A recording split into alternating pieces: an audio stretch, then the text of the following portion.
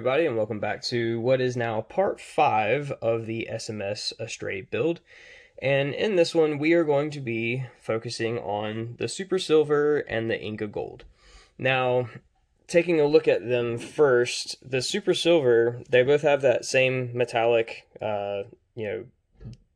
labeling system as the rest of the metallics, but these are what I can consider like a bright. So this is like a bright silver, and this is a bright gold. And the flakes and material, the solids in it, are very fine. And that makes me very excited because the finer the metallic particles in the paint, the better the finish is, in my opinion. The more reflective it looks, the more real it looks. So I'm very excited to see how these actually turn out.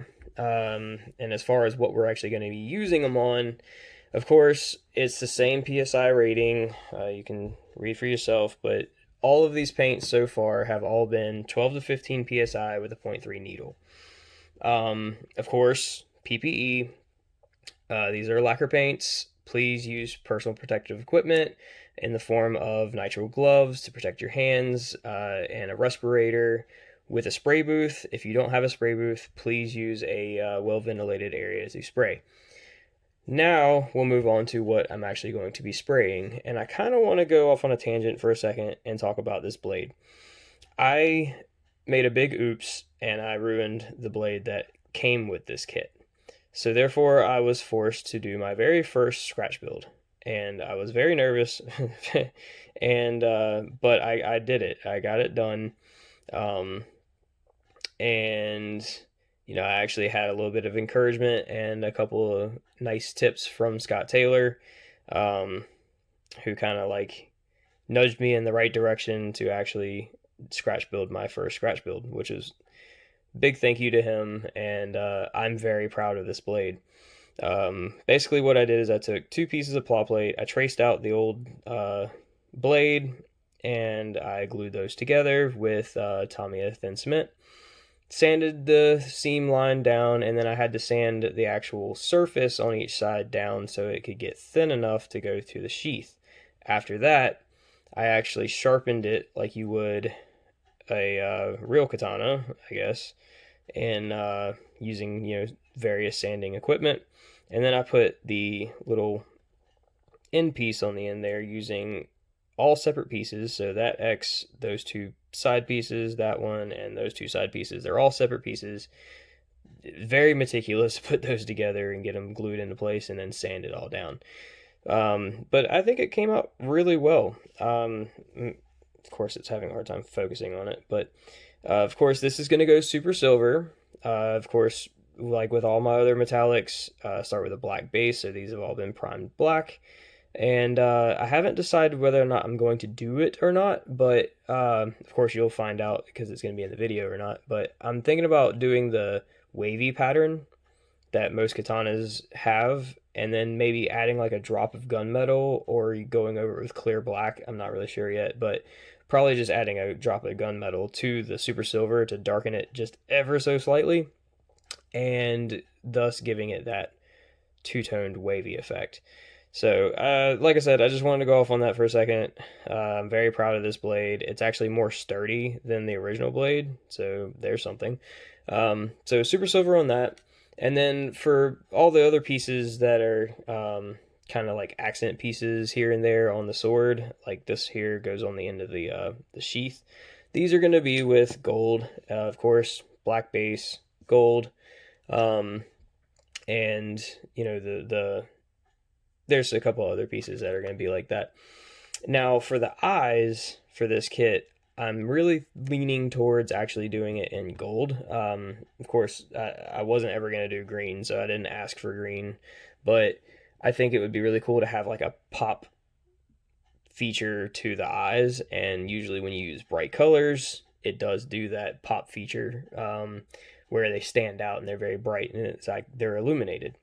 But what I'm thinking about doing is actually incorporating just a tad of clear red into it to give it maybe like a red hue to the eyes, or maybe just do that for the cameras and then leave the eyes just straight gold. I'll play around with that. Of course, you'll see the final product in the end. But I think that's all that really I need to say about this. So let's get over to the spray booth.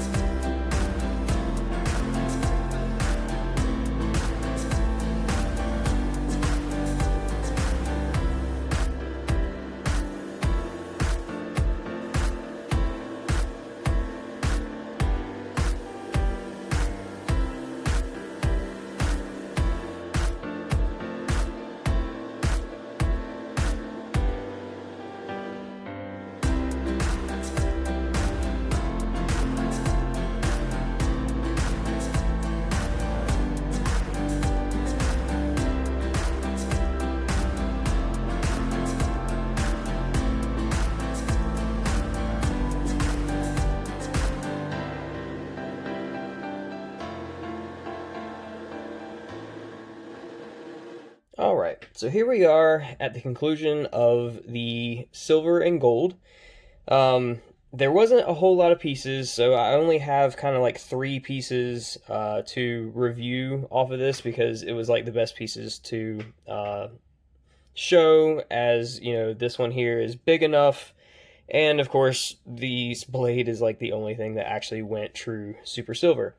Speaking of the blade, I did not go with the whole wavy pattern on it, and the reason being is, since this is the only part that's actually truly super silver on the kit, I didn't want to take away from that. Kind of this whole build is, you know, to show off the SMS paints. And with this being the only one that's in this color, I really didn't want to, you know, take away from the color of the paint with adding another color that would be a custom mixture. So I'm keeping it this way. Now I am planning on putting a decal for the sword towards the base of the sword, but other than that, you know, that's what it is. And here you can see that gold.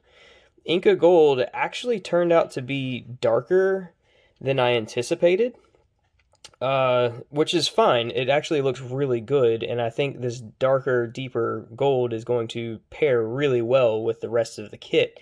I'll show you in a second in the eyes. Actually, you can kind of see them from here, how it really does look really good with the rest of the colors paired with it. So this part here, as you can see, now, once again, all of these sprayed at 12 psi, so if you stay between that 12 and 15 psi, you'll be fine, because they sprayed just great. No issues coming out of the airbrush or anything like that. And with the spoon tests, now with this spoon, don't pay attention to that side. I was just testing some things out and went over that with clear black. So if you ever want to know what super silver with clear black goes over it, that's what it looks like. But as you can see with the spoon test, the silver, I mean, it's super smooth. It has somewhat of like a reflective quality to it, because you can see my hand reflecting in that, which is really cool. So it's like almost like a chrome paint, but it's still silver. So I guess the name super silver. And with the spoon test here on the gold, you know, it still has that reflective quality as well. You can still see, you know, me in that as well. So it's really good, because that means, like I said at the beginning of this video, the smaller the particles inside the paint themselves, the better the finish is, and the more actual metallic reflective finish you're going to have. And with these paints, that's exactly the case. Now, I did come in with some clear red and do the camera on the head here, and I'm going to try to get it in frame. There you can kind of see it. It turned it like a orange, and that's cool. I wanted a little bit of a difference between the eyes and the camera. So the base is with gold with a very light dusting of the red over top of it. But as you can see in the back, there's that Inca gold shining through. And on the eye, if I can get the light just right, you can see that shining through. So, like I said, I know this was a pretty quick video, but, you know, there wasn't a whole lot of parts, and, you know, we are almost to the end of this build. There is going to be one more episode, I believe, and it should be the finale, and that's when we're going to go over the SMS 2K. That's what this is going to be coated with. It's going to be coated with the Gloss 2K, and I really can't wait for that. So, like I said, that's going to be the end of this video. A like and subscribe would be appreciated if you enjoyed this video, and I'll see you in the next one.